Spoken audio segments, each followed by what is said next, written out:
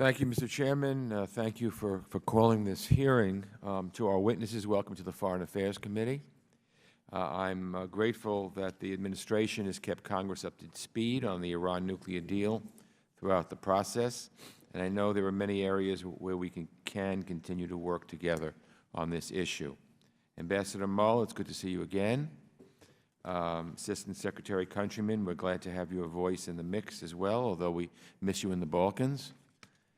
And Acting Under Secretary Zubin, you're doing great work, despite the fact that you have to do your job with one hand tied behind your back.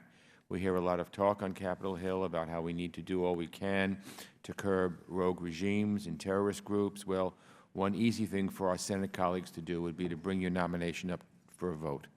It's been too long, and it should happen. Commentary and analysis about the Iran deal has become the latest cottage industry in foreign policy circles. I'm sure at this point most of you know my refrain. I opposed the deal. I voted against it. I thought we could have done better, but now that it's in place, we need to ensure it's implemented to the letter and continue to hold Iran's feet to the fire with respect to the regime's other dangerous and destabilizing activities.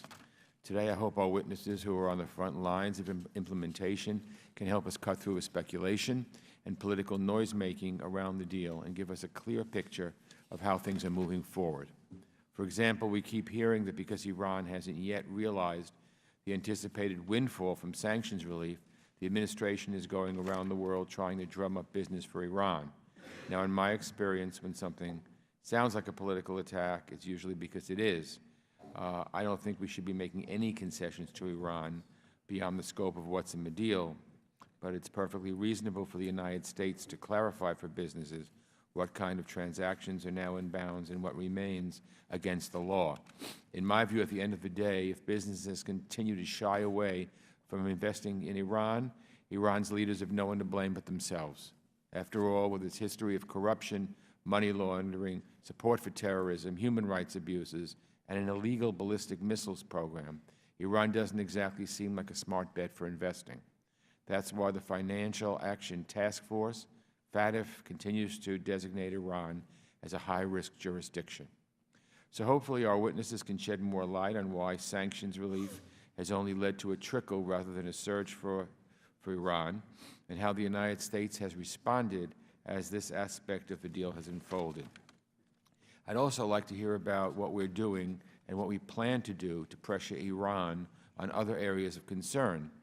As President Obama wrote during the consideration of the Iran deal, he, quote, made sure that the United States reserved the right to maintain and enforce existing sanctions and even to deploy new sanctions to address those continuing concerns which we fully intend to do when circumstances warrant, unquote.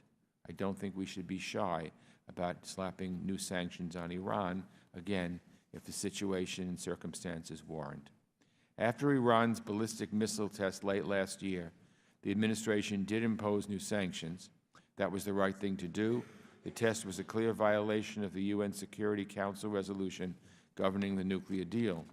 But Iranian money continues to flow to Hamas to rebuild its network of terror tunnels. Hezbollah has stockpiled thousands of rockets, courtesy of Iran's generosity. It's fair to say that Hezbollah would not exist if it wasn't for Iran. The Assad regime, Iran supports them. Hezbollah has propped up that Assad regime. It couldn't do it without Iranian help.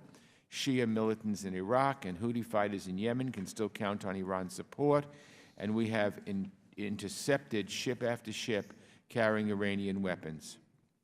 So what's the plan to deal with all these problems? How will the administration use the authorities it already has? What can Congress do to make sure this administration and future administrations have all the tools they need? How can we and our allies compel Iran to change its behavior? I look forward to hearing our witnesses' thoughts on these areas. I thank you all again for your service and your testimony. Thank you, Mr. Chairman, and I yield back. Thank you, Mr. Engel. We're